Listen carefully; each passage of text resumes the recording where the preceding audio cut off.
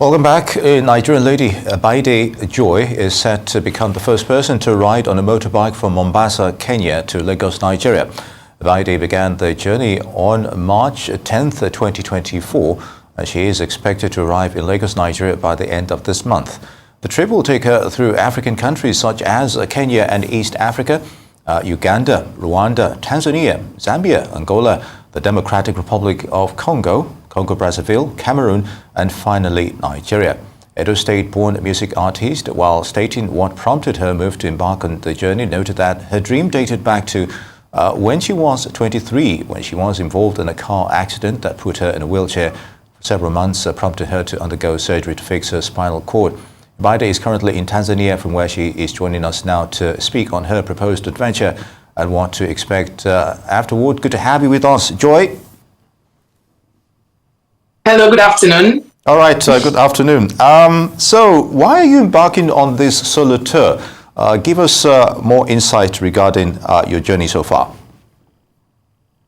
Okay, I decided to embark on this journey because I've always wanted to explore Africa. I had built a camper van, an old camper van, 1988. I had built it, but it didn't go so well.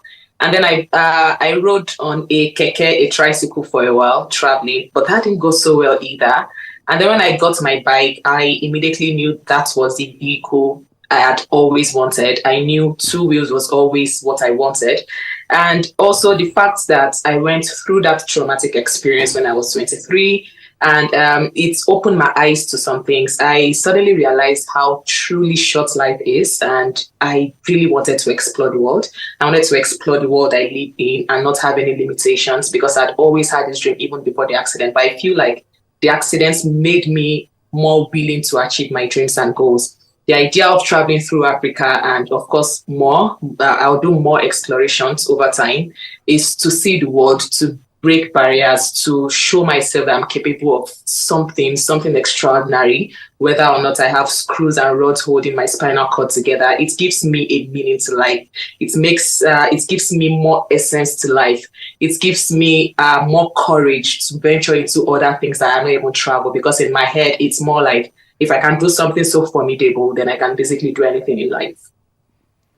All right, Joy, you've mentioned how the accident you had probably impacted your life, but talk to me about your family.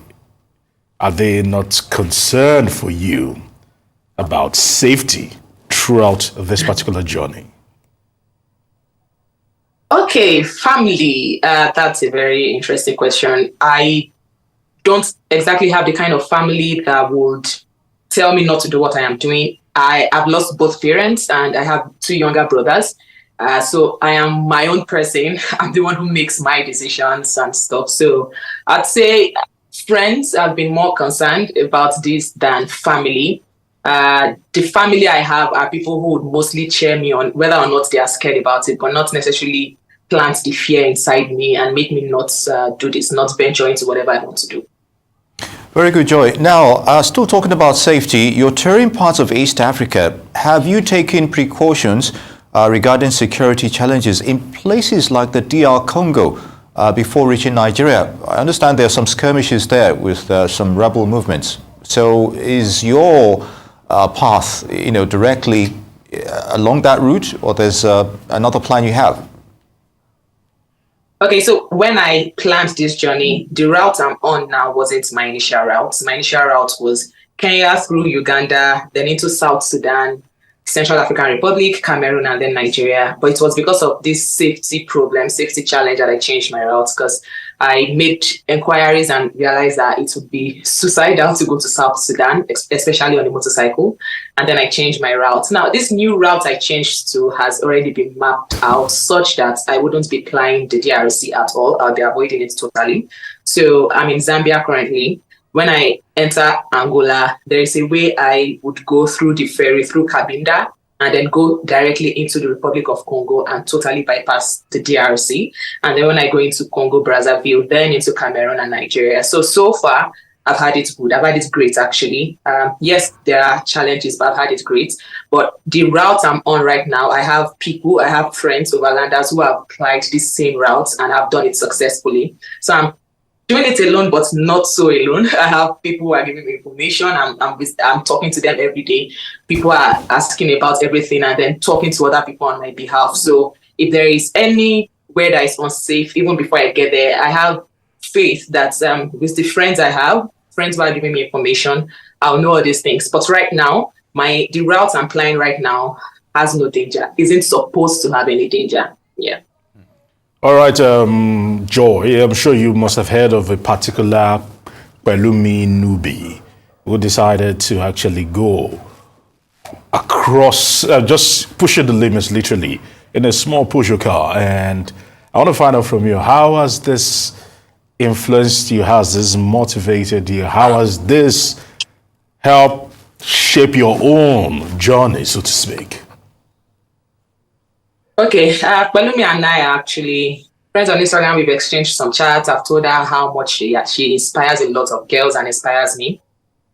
I'd already talked about my journey even before Pelumi talked about it at all. I was in Nigeria last year, November. I did some radio interviews where I talked about my journey because I had already begun planning this journey since last year, July, August. I'd already begun planning it. But when Pelumi came out and talked about her travel, I followed the trip because it was a motivation for me, even though I knew I had an upcoming trip. And seeing her apply it, okay, so both travels are totally different.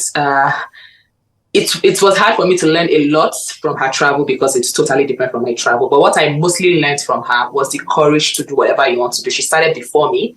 And then it was like she set a rule, like she made me know that even though I was scared, it's doable. It's different. She's in a car, I'm on a motorcycle, but at least she was going alone. She was going solo. She was crossing from one country to another. It was a huge motivation for me. I saw another African girl going alone, doing something solo.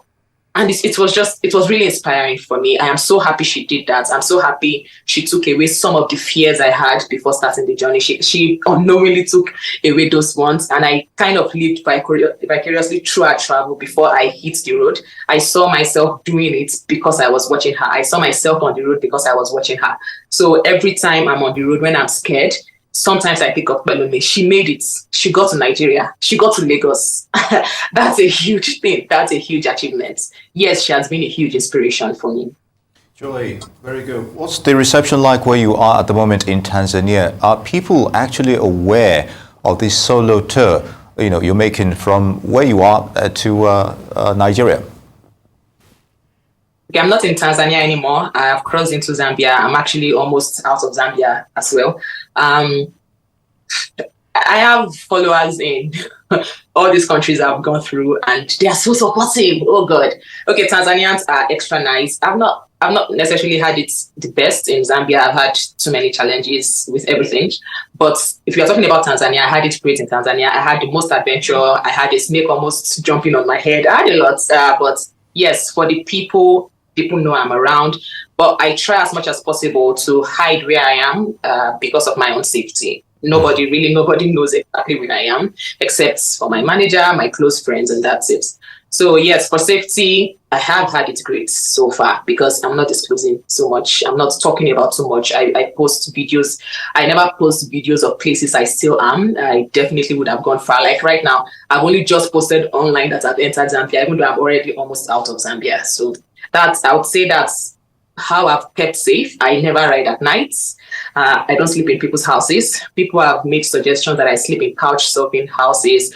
I get hosted to reduce costs, but I know how unsafe that could be. So I've stayed in hotel rooms, riding during the day, booking my hotel room, staying quietly. I don't even as much as take my bike to go around towns, so people don't see, because my bike in places like this have been going through countryside. It's easily noticeable. It's easy to bring attention. This hotel I am, for instance, I've come in.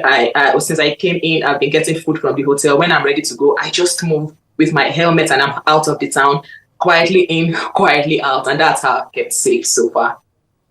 All right, Joy, there was this Dutch rider that made the news whereby she was crossing borders and some people tried to harass her, but the beauty about all that happened was because she was filming everything that happened. Talk to me about this. How have you drawn inspiration from that? And would you be filming the entire process?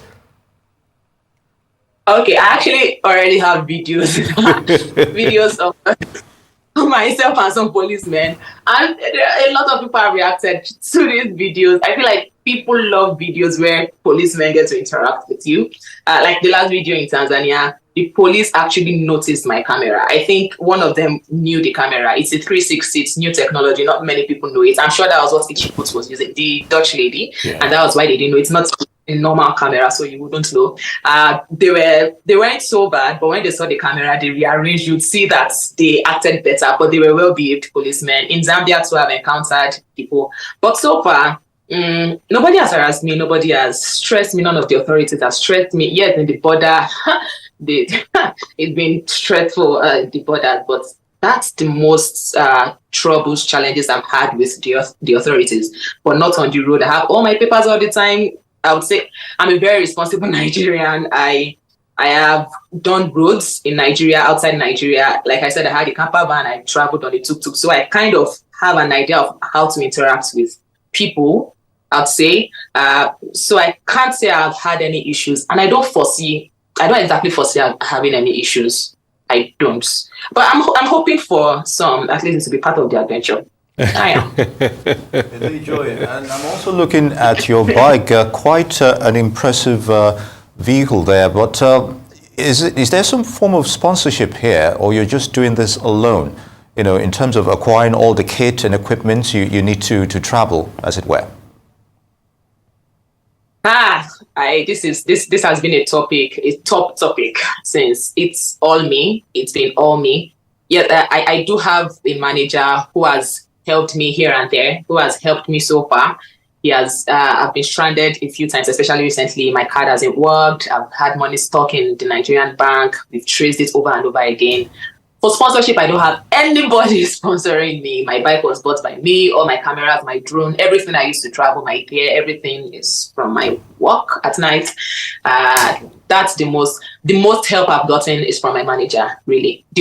The only help I've gotten, the only free help I've gotten is from my manager. Yes, so it's all me.